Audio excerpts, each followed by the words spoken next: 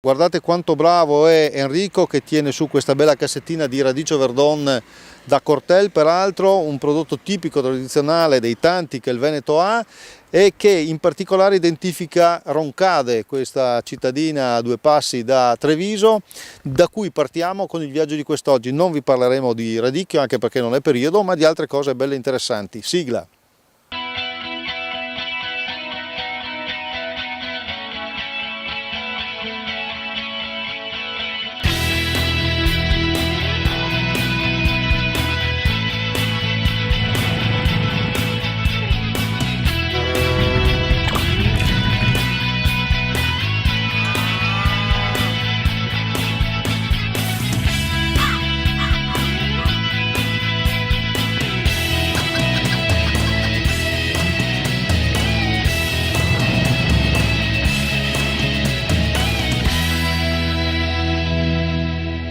Roncade è veramente molto bella, ha un castello molto importante, una cittadina veramente diciamo simpatica, ma per dire con simpatica tante cose positive, ma anche ha una particolarità, ne ha due. Una ve l'ho detto prima, il Radicio Verdon del Cortel, peraltro è aggiunta anche la sorellina di Enrico nel frattempo, però ha anche questa bella chiesa di San Cipriano, una chiesa storica che pare che, come posso dire, cominci la sua storia all'intorno al 1100-1200, ma che qui con anche fondi del PSR dei GAL ha un progetto di ristrutturazione. Architetto, qua la storia di questa chiesa?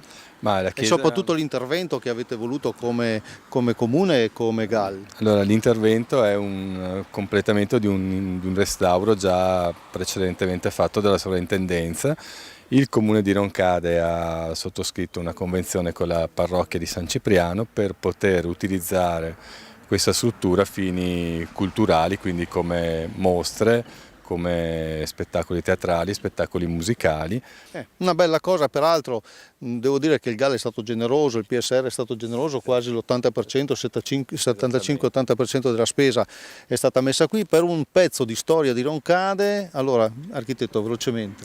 Diciamo non verrà completato in tutta la sua parte estetica, ma verrà risanato in modo tale da rendere pavimentazioni calde e quindi rendere l'edificio fruibile nelle parti invernali, nelle stagioni invernali. Gli interventi, quelli diciamo d'urgenza delle strutture dove c'erano dei sedimenti, vengono riconsolidati e quindi il bene potrà essere utilizzato diciamo per le manifestazioni teatrali o per le manifestazioni del coro, che Roncade so che è molto attenta a queste cose. Ecco, qui la storia è di una piccola chiesetta che c'era prima, poi diciamo durante il Rinascimento è stata ampliata, poi è stata rifatta tante volte. C'è qualcosa di particolarmente interessante all'interno? In particolare ci sono delle affrescature nella zona presbiteriale dove praticamente sono già risanate dalla sovrintendenza, che sono considerate di pregio, sono le quattro pale praticamente cardinali. Grazie a tutti quanti coloro sono qui e adesso noi andiamo a Fusina, Claudio De Stefani.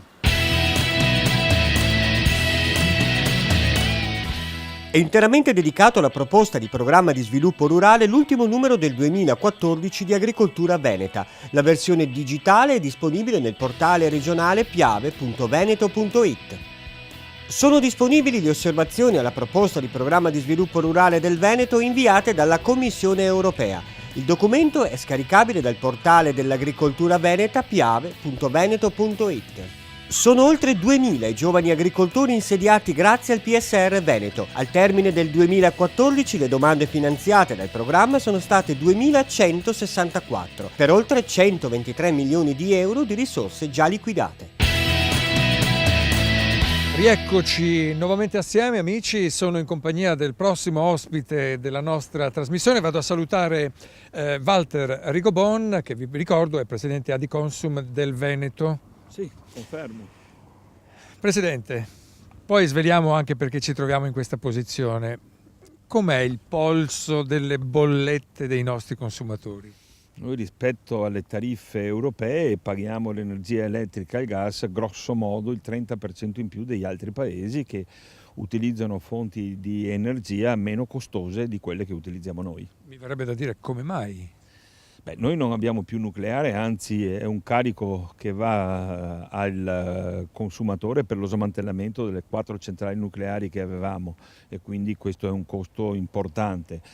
Poi noi importiamo l'84% dell'energia elettrica primaria e quindi 2 più 2 fa 4, le bollette indubbiamente sono care nel nostro paese. La liberalizzazione non ha risposto affatto a questa nostra esigenza, che era quella invece di avere un mercato che facesse scendere il costo delle bollette per le famiglie.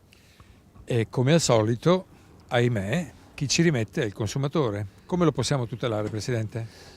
C'è un'autorità, che è l'Autorità per l'Energia Elettrica e il Gas, che fa del proprio meglio o tenta almeno di farlo per tutelare nel cosiddetto mercato di maggior tutela i consumatori che non hanno scelto il mercato libero, ma il mercato libero che doveva decollare non decolla proprio perché l'energia elettrica e il gas sono cari e quindi ci troviamo in una sorta di cul-de-sac dove il consumatore a botto collo paga quello che gli chiedono.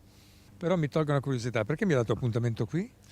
Proprio dietro di noi abbiamo 2 impianti che sono all'avanguardia a livello mondiale, sono abbattitori di inquinanti che producono anche risorse, perché dal risultato chimico dell'abbattimento degli ossidi di azoto e degli ossidi di zolfo viene fuori del gesso purissimo che viene venduto. Io ringrazio, con la promessa di ritrovarci, Walter Rigobon, vi ricordo presidente regionale di Consum. Adesso la linea ritorna al nostro amico Mimmo Vita, noi poi ci sposteremo e andremo a scoprire per tutti quanti voi un'altra delle bellezze del Veneto, un altro parco del Veneto. A tra poco.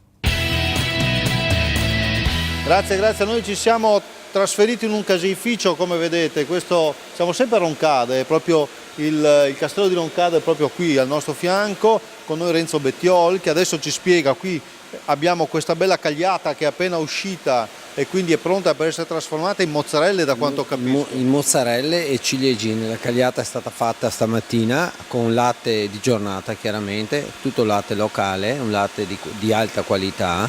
Noi contiamo circa una 50 di prodotti tra i formaggi a pasta filata, i formaggi freschi, i formaggi molli, i formaggi semistagionati. Tutte queste cose poi dovete sapere, oltre che a farle, vanno vendute, poi il prodotto va presentato bene, per essere presentato ormai ci vogliono delle macchine molto costose e Renzo è riuscito ad acquistarne una, anzi 2, attraverso i finanziamenti del PSR, attraverso una pratica che ha presentato al GAL, certo. Ecco, e quindi ha ricevuto anche una somma importante. Chiaro, noi abbiamo beneficiato di questo contributo regionale attraverso il GAL, abbiamo fatto un progetto sul confezionamento dei prodotti per la shelf life ma anche per la presentazione del prodotto. Noi abbiamo acquistato la macchina che fa la pesatura in automatico della mozzarella e questo si inserisce nel nostro laboratorio per dare un salto di qualità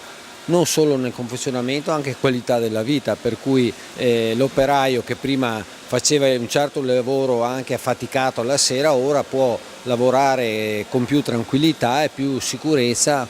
Ecco, allora tenete conto di questo, perché allora qui abbiamo visto anche un'eccellenza, però chiaramente bisogna anche saper vendere le cose, quindi bisogna saperle confezionare, ci vuole anche questo e il programma di sviluppo rurale aiuta in questo senso. Allora grazie qui al caseificio Bettiola, Renzo Bettiola, anche a suo figlio e a tutti i lavoranti che ci sono qui e noi adesso andiamo con Claudio De Stefani a parlare di natura, andiamo a Eraclea, quindi andiamo sul mare alla Laguna del Morte, vediamo. Aumentano le risorse di 150 milioni di euro. Per i nostri investimenti aziendali 800 milioni di euro. Per le start-up agricole dei giovani 150 milioni. Finalmente aumenta l'indennità per gli agricoltori di montagna. Agevolazioni economiche per agriturismi, fattorie didattiche e sociali. Più futuro!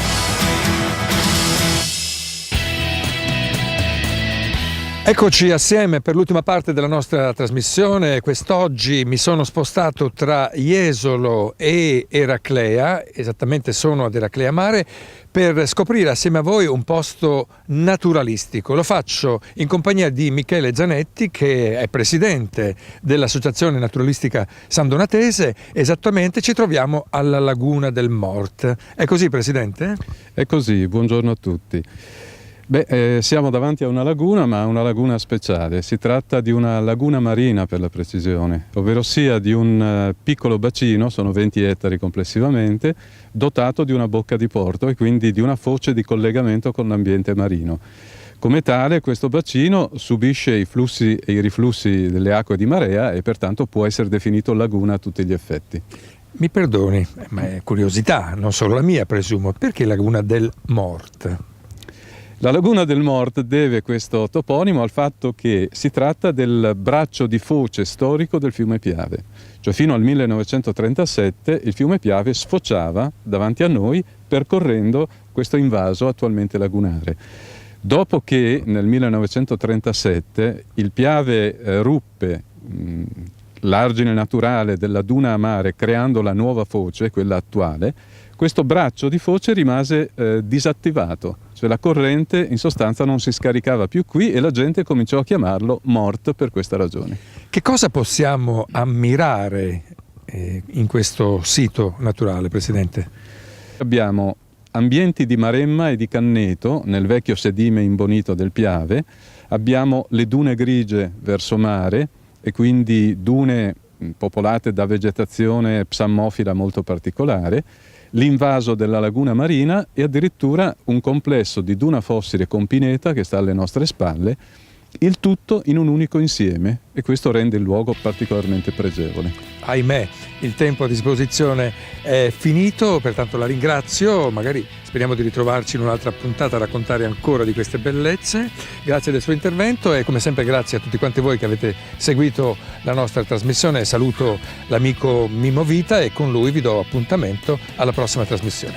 Arrivederci.